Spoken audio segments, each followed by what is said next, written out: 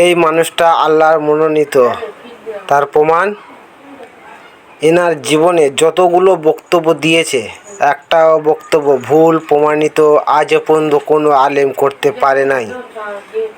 এইটাই তার প্রমাণ। তিনি হেদায়া নিয়ে জমিনে বিচরণ করছেন। যারা এই ভিডিওটা শুনবেন তারা উপলব্ধি করবেন, এই হিজবুত তৌহিদে জয়েন হওয়ার চেষ্টা করবেন। আপনি আল্লাহর মনোনীত ইমাম, এই বিষয়টাকে অনেকেই মেনে নিতে পারছেন না। এটা স্বাভাবিকভাবে এটা মেনে নেওয়ার কিন্তু সাধারণ ব্যাপার নয়, তাই না? বিশেষ করে আমাদের শিক্ষিত কিছু বন্ধু মহল আছেন যারা একে কুসংস্কার বলে মনে করছেন, যদিও অন্য সব বিষয়ে তারা আমাদের সমর্থক। তাদেরকে কি বলতে পারি? যিনি প্রশ্ন করেছেন শফিকুল ইসলাম, আপনার কথা হচ্ছে কি আল্লাহর মনোনীত এই কথাটা বলার কারণে এখানে মিশ্র প্রতিক্রিয়া সৃষ্টি হয়েছে।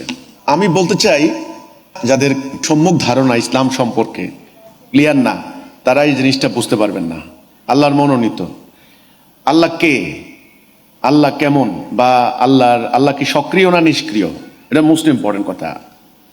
আমরা যে আল্লাহর প্রতি ঈমান এনেছি তিনি হলেন এলাহ, লা এলাহ, তিনি ছাড়া কোনো এলাহ নাই। তিনি আমাদের হুকুমদাতা, তিনি আমাদের আদেশদাতা। তিনি আল্লাহ কোন আল্লাহ? আমরা যে আল্লাহর প্রতি ঈমান এনেছি, আমাদের আল্লাহ কি সক্রিয় না নিষ্ক্রিয়? আমাদের আল্লাহ কি মানব জাতির এই যে জীবন পরিচালনা করার ক্ষেত্রে আল্লাহর কি কোনো হস্তক্ষেপ বা আল্লাহর কোনো ডাইরেকশন বা আল্লাহর কোনো সাহায্য অথবা তার শাস্তি বা তার ক্রোধ এ ধরনের আছে না নাই? আছে। এই হলো প্রথম কথাটা। যারা এটা বুঝবেন না, যারা মনে করেন এখানে বহু ধরনের অনেক আছে, যেমন ধরেন ঈশ্বরের পূজা করে, চন্দ্রের পূজা করে, সূর্যের পূজা করে, তারপরে দিয়ে হলো বিভিন্ন ধরনের গাছ পাথরের পূজা করে, বিভিন্ন দেবদেবীর পূজা করে। তাদের ওই দেবদেবী তারা ইনঅ্যাক্টিভ হতে পারে, কিন্তু আমরা যে আল্লাহর আনুগত্য করি, আমরা যে আল্লাহর আনুগত্য করার জন্য শপথ নিয়েছি, আমাদের আল্লাহ সক্রিয়, আমাদের আল্লাহ নিষ্ক্রিয় নয়। তিনি বলেছেন আমি হেদায়া পাঠাবো, তাহলে তিনি হেদায়া পাঠান। তিনি বলেছেন আমি মোমেনদেরকে সাহায্য করব, তার মানে তিনি সাহায্য করেন। তিনি বলেছেন মোমেনদের সাহায্য করার জন্য 5000 যোদ্ধা মালায়েক প্রস্তুত। ওকে, তার অর্থ তিনি মালায়েক প্রস্তুত রেখেছেন, যখন দরকার হবে মালায়েকদেরকে তিনি মোমেনদের পক্ষে সাহায্যকারী পাঠাবেন। আমাদের আল্লাহর কথা খেয়াল করেন আপনি। আমাদের আল্লাহ বলেছেন যে তার জ্ঞানের বাহিরে একটা গাছের পাতাও নড়ে না। আমাদের আল্লাহ বলেছেন আমি যাকে আমার কাজের জন্য মনোনীত করি তার হৃদয়কে আমি দিনের জন্য উন্মুক্ত করে দেই। তাহলে আল্লাহর মনোনয়ন বলতে একটা জিনিস আছে। আল্লাহ বলেছেন আমি এর পক্ষে কোনো সনদ নাজিল করি নাই, তার মানে তিনি সনদ নাজিল করার একটা ব্যাপার আছে। তিনি বলেছেন আমি আমার রাসূল পাঠিয়েছি, তাহলে আল্লাহ যে একজনকে পাঠাইতে পারেন রহুল কুদ্দুস এর মাধ্যমে, মেসেঞ্জার, তার মেসেঞ্জার আছে, তার মানে তিনি সক্রিয় কোনো একটা শক্তিশালী সত্তা। তিনি পরিচালিত করেন, তিনি পর্যবেক্ষণ করেন, তিনি আমাদের ভাগ্যকে নিয়ন্ত্রণ করেন। তিনি বলেন আমি তোমাদের কথা শুনি, তোমাদের প্রার্থনা শুনি। তাহলে আল্লাহ তিনি দায়িত্ব দিয়েছেন। তিনি একটা আয়াত আছে কোরআনে বলেছেন কে আসো আমাকে কর্জে হাসানা দেবে। তাহলে আল্লাহকে কর্জে হাসানা দিবে কেন? তিনি কি অভাবী নাকি? কেন কে আসো আমাকে সাহায্য করবে? তাকে সাহায্য করতে হবে কেন? তিনি কি পরমুখাপেক্ষী নাকি? তাহলে আমরা এমন কোন আল্লাহর আরাধনা করছি, এমন কোন আল্লাহর আনুগত্য করছি, খেলাফত করছি যে আল্লাহকে সাহায্য করতে হয়, যে আল্লাহকে টাকা দিতে হয়? আমাদেরকে সে আল্লাহ?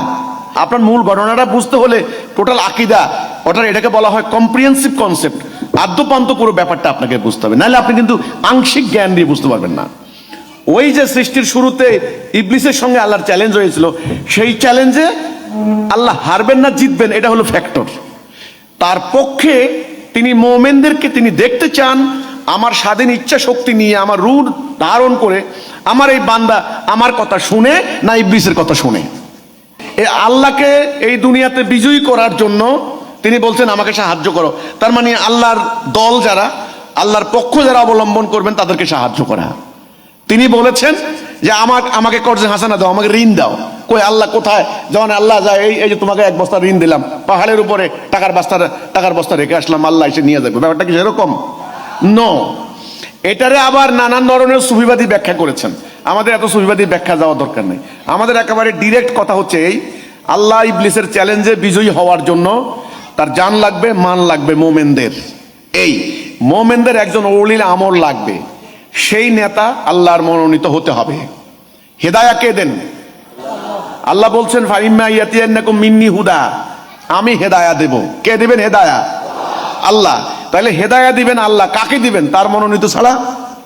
আল্লাহর ফেরেশতা কার অনুকূলে পাঠাবেন? তার মনোনীত ছাড়া। তাহলে আল্লাহ বললেন ওয়াল্লাহু মাআকুম, আমি তোমার সাথে আছি, তুমি ভয় পাইও না, তুমি পিঠ দেখাইও না, পৃষ্ঠ প্রদর্শন করো না।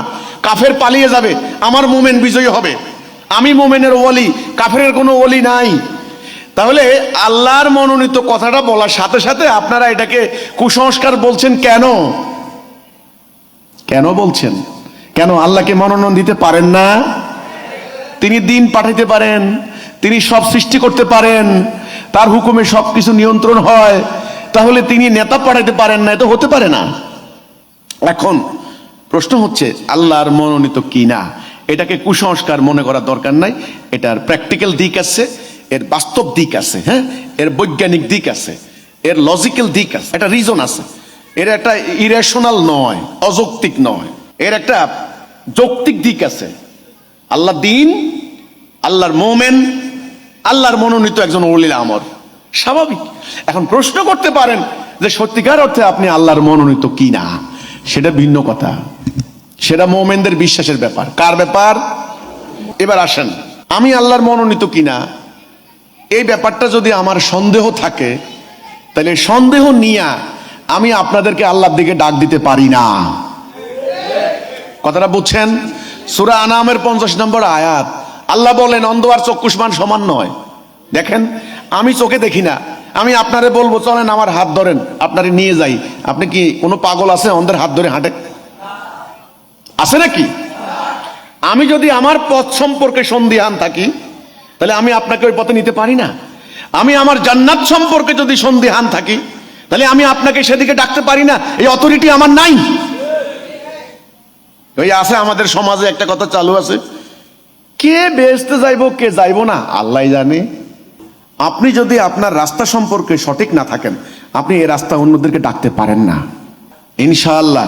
এই যে আমি আপনাদেরকে বায়াত নিচ্ছি, আমার বায়াত নেওয়ার কি অথরিটি আছে? আমার বায়াত নেওয়ার কি ক্ষমতা আছে? নো। আমি তখনই বায়াত নিয়েছি যখন আমি নিশ্চিত হয়েছি যে আল্লাহ আমাকে যে রাস্তা দিয়েছেন আমার ইমামুজ্জামানের উসিলায়, সেই রাস্তা হক, সত্য, জান্নাতের পথ।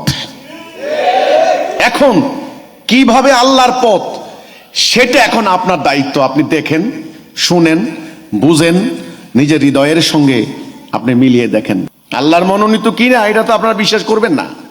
আমি সংক্ষেপে শুধু এটুকু বলি, আমি আল্লাহর মনোনীত এইভাবে বললাম। আমি হেদায়া আল্লাহ দেন। হেদায়া কে দেন? আল্লাহর মনোনীত ছাড়া আল্লাহ হেদায়া দেন না।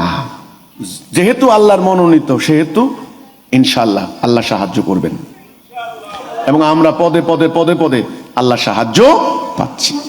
শেষ কথা বলি, আমি সাধারণ মানুষ, একদম গুনাহগার, একেবারে দুনিয়ার বড় বড় কেতাব আমি পড়ি নাই।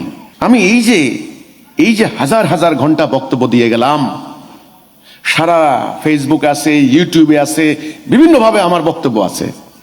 আচ্ছা আপনারা বলেন তো, যেই মানুষটা মাদ্রাসা পড়ে নাই আপনাদের ভাষ্য মতে, এই যে হাজার হাজার ঘন্টা বক্তব্য দিল, আপনারা আজ পর্যন্ত বলতে পারছেন এনার এই কথাটা আল্লাহর বিধান পরিপন্থী?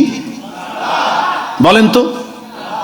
আমার মতো গুনাহগার মানুষের বক্তব্য শুনে বহু নাস্তিক তারা বলেছে আমি এতদিন ইসলাম ধর্মই বিশ্বাস করতাম না, আজ আমি প্রকৃতপক্ষে আমি বলেছি ধর্ম হক সত্য, ওনার বক্তব্য দেখে শুনছি, বুঝছি। আমার মতো গুনাহগারের বক্তব্য শুনে বহু লোক ছিল স্বার্থপর, আত্মকেন্দ্রিক, আজকে তারা মোমেন হওয়ার জন্য শপথ নিয়েছে, তারা শহীদ হওয়ার জন্য সিদ্ধান্ত নিচ্ছে। আপনি বলেন আল্লাহর কথা না হলে মানুষ কি এইভাবে সিরাতুল মুস্তাকিমে জীবন দেয়? আপনারা ব্যাখ্যা দিতে পারেন, আরে ওগুলা হলো গন্ড মুরুক্ষ চাষা বুসার দল, তুমি হইছো এক গন্ড মুরুক্ষ, তোমার সামনে যারা বসে আছে এগুলো হচ্ছে আরেক গন্ড মুরুক্ষ, এই জন্য এগোরে তুমি 900 বুঝাইতে পারো। আপনারা কি গন্ড মুরুক্ষ চাষা বুসার দল? আপনারা কি সাদা কালো বুঝেন না? ন্যায় অন্যায় বুঝেন না? তো তাহলে আমি যদি আল্লাহর মনোনীত না হই, যেই বক্তব্যে মানুষ এই যে অনুপ্রাণিত হচ্ছে, এগুলো কার কথা? মনে রাখেন, আল্লাহর মনোনীত হিজবুত তৌহিদ আল্লাহর, তাইলে হিজবুত তৌহিদের ইমাম কি ও আরেকজনের মনোনীত হয় নাকি? সংক্ষেপ শুধু এইটুকু বলে দিচ্ছি, আমাদের আল্লাহ সক্রিয়, আমাদের আল্লাহ নিষ্ক্রিয় নন। আমাদের আল্লাহ দিন পাঠাচ্ছেন, আমাদের আল্লাহ দিনকে যারা কায়েম করবে তাকে সাহায্য করার জন্য তার অদৃশ্য মালায়েক প্রস্তুত রেখেছেন। তিনি প্রতিনিয়ত তার মনোনীত বান্দাদেরকে তিনি সাহায্য করছেন। এটা মোমেন ছাড়া অন্য কেউ দেখবেও না, বুঝবেও না।